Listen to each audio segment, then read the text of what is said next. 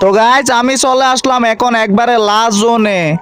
তো ভাই লাস্ট জোনের এনিমিটা ভাই অনেকক্ষণ ধরে ভাই আমাকেই খুঁজতেছে ভাই, দেখছো? এ ভাই এনিমিটা মনে হয় আমাকে দেখে ফেলছে। আচ্ছা দেখি ভাই এনিমিটার সাথে টিম আপ করতে পারি কিনা।